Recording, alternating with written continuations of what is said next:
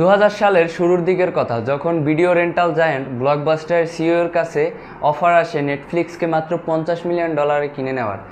Netflix কিছুদিন আগেই শুরু হয়েছিল, যে কারণে ব্লকবাস্টার সিইওর কাছে মনে হয়েছে এটা একটা হাস্যরসিকতা। এক পর্যায়ে তারা নেটফ্লিক্সকে ঘাড় ধাক্কা দিয়ে রুম থেকে বের করে দেয়। এই ঘটনার 25 বছর পরে নেটফ্লিক্সের ইয়ারলি রেভিনিউ আজকে $30 বিলিয়ন।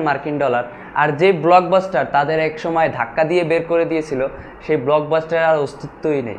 নেটফ্লিক্স নিজের ব্যর্থতাকে হার হিসেবে মেনে নেয়নি, নেটফ্লিক্স যুদ্ধ করেছে। নেটফ্লিক্স তাদের নিজের অবস্থানকে ধরে রাখার চেষ্টা করেছে এবং প্রতিনিয়ত উন্নতির চেষ্টা করেছে। তারা ভবিষ্যৎ পড়তে পেরেছিল, তারা ভবিষ্যতের অনলাইন ইন্টারনেটের যুগ তারা প্রিডিক্ট করতে পেরেছিল যে ভবিষ্যতে আমাদের এই কোম্পানি এইভাবে এই স্ট্র্যাটেজিতে চালালে আমাদের আরও উন্নতি হবে। আর ব্লকবাস্টার সেই পুরনো মার্কেটিং টেকনিক, সেই পুরনো অভিজ্ঞতা নিয়ে, তাদের অহংকার নিয়ে পড়েছিল, আজকে সে দেউলিয়া। সো এটা দিয়ে আমরা এটাই শিখতে পারি যে আমাদের সবসময় ভবিষ্যতের চিন্তা করতে হবে। আগামী 10 বছর পর কী অপরচুনিটি আসতে পারে সেটা আমাদের এখন প্রিডিক্ট করে এখন থেকেই কাজ শুরু করতে হবে।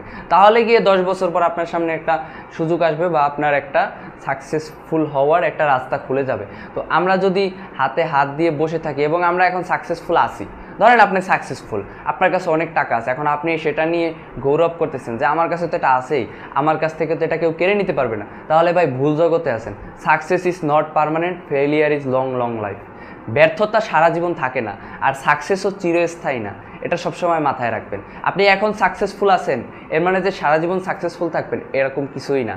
আবার আপনি যে এখন ব্যর্থ আছেন এ কারণে যে আপনি সারা জীবন ব্যর্থ থাকবেন এরকমও না বিষয়টা। যারা সাকসেসফুল হয় তারা দেখবেন যে সাকসেসফুল হওয়ার পরেও প্রতিনিয়ত পরিশ্রম করে, তাদের ঘুম, খাওয়া দাওয়া সব কিছু হারাম করে তারা পরিশ্রম করে। কী কারণে? কারণ সাকসেসটা ধরে রাখতে হয়। সাকসেসটা যে কোনো মুহূর্তে চলে যেতে পারে। আপনি ব্যর্থতা আসতে পারে, জীবনে বাধা আসতে পারে, আপনাকে বাধা ও টপকানোর মতো মনোবল আপনার ভিতরে থাকতে হবে। নিজেকে প্রতিনিয়ত প্র্যাকটিসের ভিতরে রাখুন, নিজেকে প্রতিনিয়ত অধ্যবসায়ের ভিতর দিয়ে নিন, কঠিন পরিশ্রমের ভিতর দিয়ে নিন, যাতে ভবিষ্যতে যে কোনো সুযোগ আসুক সেটাও আপনি ধরতে পারেন, যে কোনো বিপদ আসলে সেটাও আপনি সামলাইতে পারেন। অহংকারে হবেন না এবং ভবিষ্যতের যে কোনো অপরচুনিটিকে খোঁজার চেষ্টা করুন যাতে আপনার ভবিষ্যৎ ভালো হয়।